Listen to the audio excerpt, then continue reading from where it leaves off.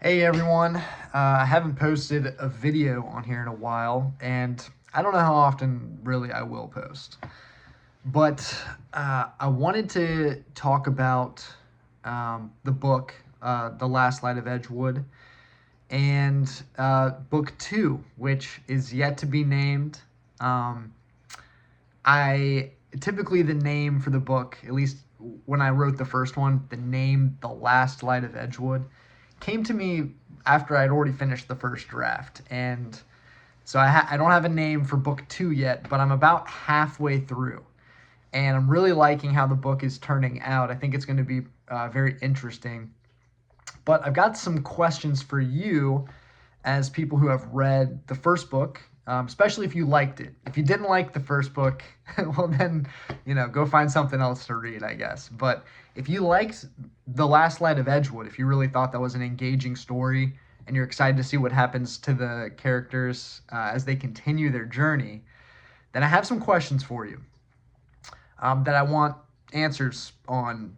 If you could leave a comment or just send me an email, that'd be great. I love reaching out to people who have read the book and like it. So, question number one is um, what would you think about? What are your thoughts if book two was significantly longer than book one? Um, I don't think it's going to be terribly longer. Like, I'm not going to be writing, this is not 600, 800 page type stories. Um, but I'm thinking that book two is going to be a little bit longer. There's a lot of ground I want to cover, and I'm just wondering what your thoughts are on that. Personally, I liked how short book one was.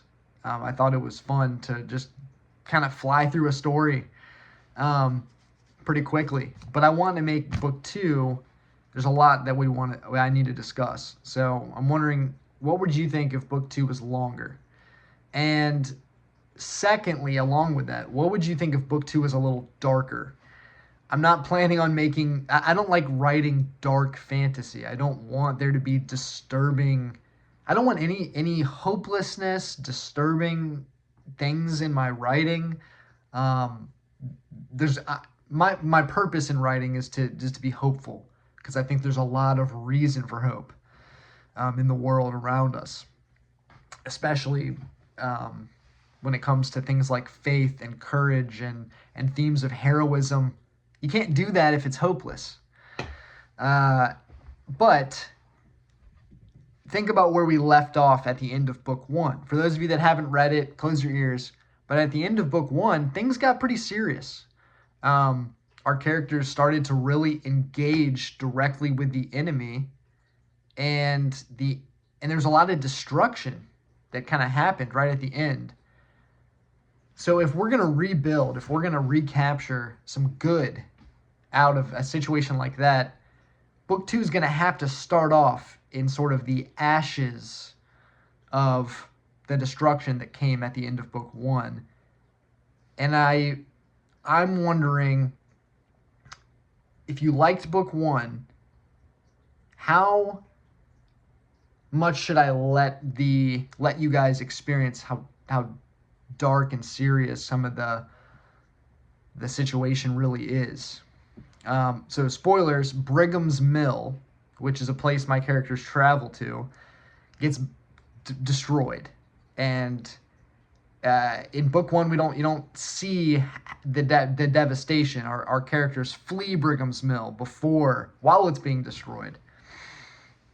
But in book two, you might see, what does Brigham's Mill look like? What does the world look like after the enemy has come and has attacked? Right? You know, there's some darkness there. There's death, destruction, loss, grief. And my question for you is, how much should I play into that? Would you be able to tolerate some darkness at the beginning of a book? That's really my question. Because some of the most positive feedback I've gotten on the book is from younger audiences. I would say middle schoolers and high schoolers who have read it and said, man, I need more of this. And so with them in mind, you know, is it okay to talk about death and hard things and too much? How much darkness are we willing to kind of wade into? The purpose, of course, being redemption, restoration, hope. But how much can we handle? That's what I'm wondering, and I'd love your thoughts on it. But then, open question: what do you expect? What are your thoughts if you had to write the book? If you were like, what's going to happen in book 2? Use your imagination, and what do you think? What do you think is going to happen? I'd love to hear your thoughts on where the story is going. And then, yeah, just start that dialogue with me. Either leave a comment on this video. I'll reach back out to you if you leave a comment, or send me an email. My email is in the my bio here on this channel. And yeah, let me know. Let me know what you think. And if you haven't read The Last Light of Edgewood, then do so. You should go buy it. I've got a copy right here. This is what it looks like. The Last Light of Edgewood. Go buy it or reach out to me. I'll send you a copy.